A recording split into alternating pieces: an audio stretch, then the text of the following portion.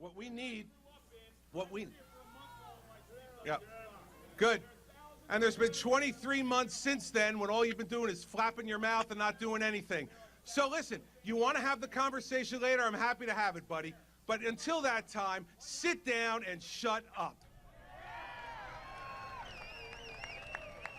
You see that look on his face? That's even worse than what he said, that death stare. Something's wrong with him, I'm telling you. Rejoining us on the Malzberg panel, Democratic strategist, Newsmax analyst, and president of Sheinkopf Communications, Sheinkopf, Newsmax contributor and host of The Right Side, which you see on NewsmaxTV, Armstrong Williams. Armstrong, I hope he keeps doing that because he thinks he's cute, he thinks he's funny, he thinks this is going to sell nationally. I think just the opposite. You know, I think we forget sometimes that these politicians are human, and while there was a press clipping of this rally, they're battered, they're beaten, they're disrespected, and you know, it tells you a lot about whether you have the sort of the resilience, the patience, the stamina, and the class to sort of stand up to this, where you set an example instead of being an example of what not to become.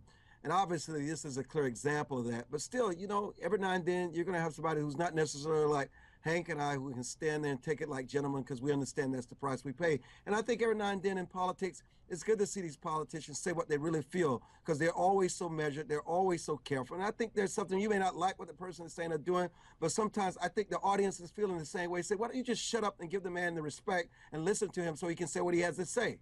Yeah. So sometimes I think it worked both ways. I agree entirely with my colleague today. And I'll tell you something else. I don't think this hurts Chris Christie, because I can see a television ad in a presidential campaign that says, you know, that's me. When people disrupt other people, it's wrong. That's why I'm running for president. You know why? So that our country doesn't get disrupted anymore. So that we don't let people take over who should be, and that we don't allow terrible things to happen. I mean, I can go on and on. But yeah, and you keep giving free ads to Christie. You do it to the RNC. I've been doing it for years. It works out very well. You know, I do it. All right, let's talk about some of the candidates who are running, and let's look at the Georgia Senate race, and of course David Perdue on the Republican side, and Michelle Nunn on the Democrat side. Hank, how do you think that's going to wind up? I have to believe, because there has not been a Democrat elected statewide, I guess, since 2003 in Georgia. I got to believe that the Republicans hold out, and I have to believe that black turnouts are not going to be as significant as the Democrats need. And if they were, you wouldn't see this last-minute push of really vile kinds of discussion to make that happen. So I tend to believe that Perdue would be reelected, although no name's a good one. It's a test of whether the South has any Democratic muscle left, and I don't think so. Armstrong, and of course Mary Landrieu saying just yesterday that the reason people don't like Obama in the South is because they've never been friendly to African Americans. So there's that race card again. You know, it is such ignorance, by the way, and it also plays into the narrative that's being played out about Ebola, that we should not close down the borders because it's racist, where some people have been trotted out to say this. You know, you would think that she was much more sophisticated, and it's also an insult to American blacks, and it also feeds into the fact that you have these conspiracy theorists who believe exactly what she's saying. So she's catering to a very skewed audience that probably won't even go out and vote, but the intelligent voter who had considered voting for her, even on the Democratic side, they may even stay home and say, you know what, that's, to me, is pretty disgusting, because we know it's pandering, and that's the last thing that we need in this race. And also, if there's a runoff, and there will be a runoff between she and Cassidy, Cassidy is going to win it. I think Armstrong's right about the runoff in Louisiana. I think he's wrong about the outcome for a whole host of different reasons. I've worked a lot on Louisiana.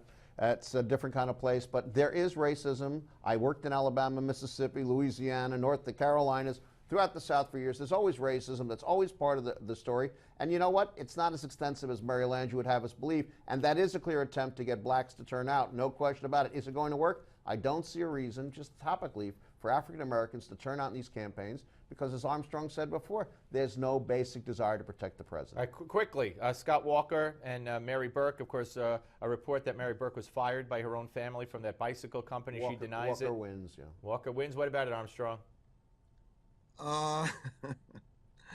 Scott Walker's going to be okay. I know everything that he's ever taken to task and and Wisconsin and everything that he wanted to change is being put on the ballot so he can see it firsthand in order to sort of voters to get a firsthand look whether it's send a mandate or repudiate Scott Walker. But I think in the end that he's going to do more than just squeak it out. He'll win it. All right, good. I hope you're both right, actually. I thank both of you, Hank Sheinkopf and Armstrong Williams. And don't forget to watch Armstrong's The Right Side right here on Newsmax Television. And we will be back with much more of the Steve Malzberg Show. It's coming your way right after this, only on Newsmax Television.